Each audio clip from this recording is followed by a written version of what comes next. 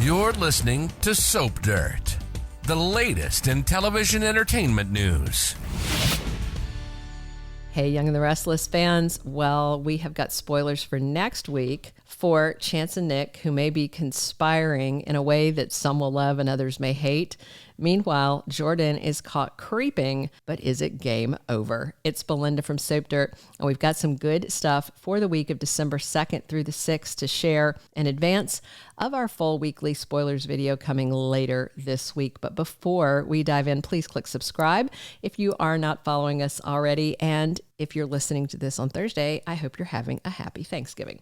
All right, let's dive into some of the action for next week. So just to set the scene, we have Chance Chancellor and Nick Newman both on Phyllis Summers' poop list. And I mean, that's probably a pretty long list at this point.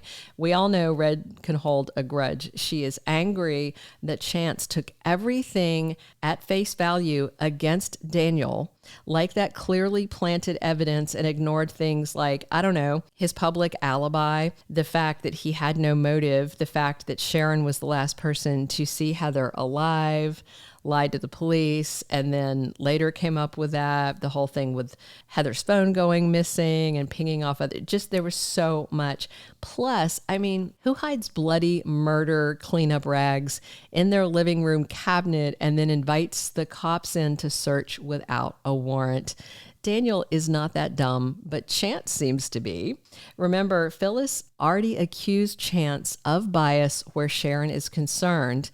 She did it after Daniel was arrested, and Chance got really mad at Phyllis. And I think it was his own guilt talking when he was just in denial and throwing things back in Phyllis's face when she brought up his conflict of interest because Chance used to date Sharon.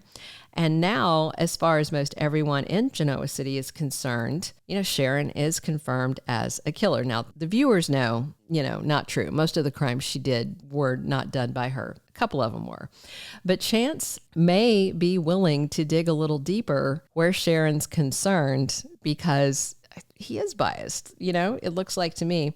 So that's the setup for this meeting next week between Nick and Chance. The two guys get together at Society, and Chance tells Nick that Sharon's case is basically out of investigation. It's with the district attorney now. That means it's ready to go to trial. And Nick says that's happening only because Sharon confessed. And Nick tells him that something is off about all of this. It's not sitting right with him, and he wants Chance to help him.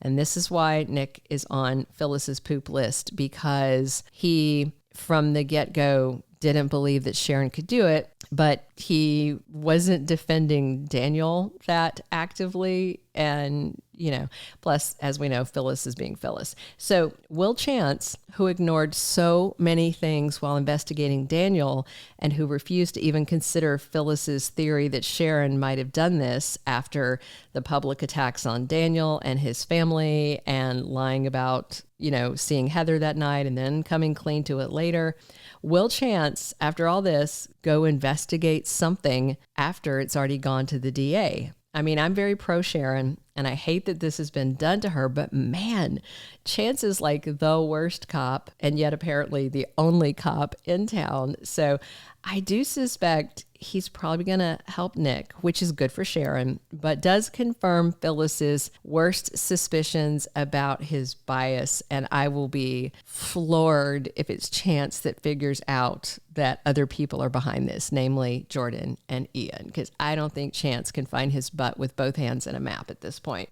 Next, we've got spoilers for Jack and Diane. Remember, as part of Jack and his wife faking their breakup, Diane was supposedly fired from Jabot. She was co-CEO with Jack, which of course was the job that Kyle wanted.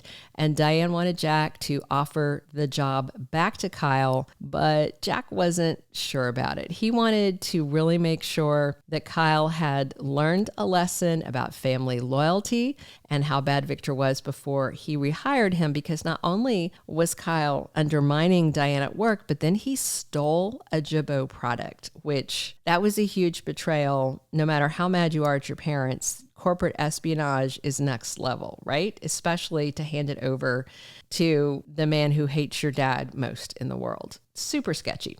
But, after talking to Kyle and Diane working on him, clearly she has convinced Jack because on Thanksgiving, he made the job offer to Kyle, and I'm certain he's going to accept it. So the question is, where does that leave Diane? So next week, Jack tells Diane he's got something, an idea that he wants her to consider, and she is intrigued. So is this something where they can use glissade, which, at this point is basically nothing but a name because Victor gutted the divisions and then signed the tiny bit that was left over to Diane.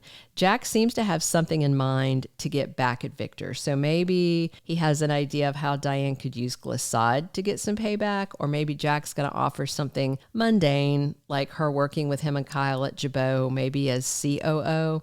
But it feels like something more than that, something craftier. We'll see. Maybe Jack will hook her up with Billy and put him with Diane at glissade to cook up a revenge plot.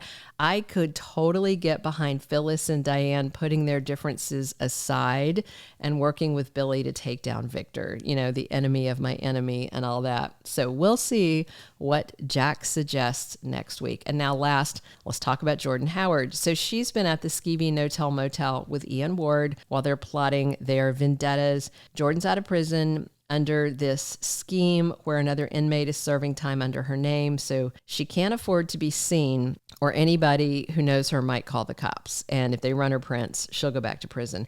Meanwhile, Ian's out on parole, so he's in a much safer position, and he just ordered Jordan to get on a disguise and go spy on Sharon and her family and find out if the plan worked to divide the family and isolate her, which of course we all know it didn't. So Jordan digs into her bag of tricks and heads over to do some spying. But remember, her next target isn't Sharon, it's Claire. So it looks like that is actually who Jordan is stalking and spying on, because that is also who catches her. Kyle and Claire looks like they're headed into or out of society, and they run into this blonde woman. And I'm going to show you this photo, and you can clearly see it's Jordan in a blonde wig, sunglasses, and a hat. Claire asks this stranger if they've met before. Well, of course they have. She grew up staring at Jordan's face, so obviously she would recognize it. Plus, Claire probably knows that Jordan has some skill at using disguises to go do chicanery and bad deeds. So will Claire recognize and bust her awful aunt? I don't think so, not yet. Jordan uses a bad Cockney English accent and says she doesn't know her and then kind of skitters away. So I wonder if Claire will ruminate on this and realize that woman looks a little too familiar to be dismissed.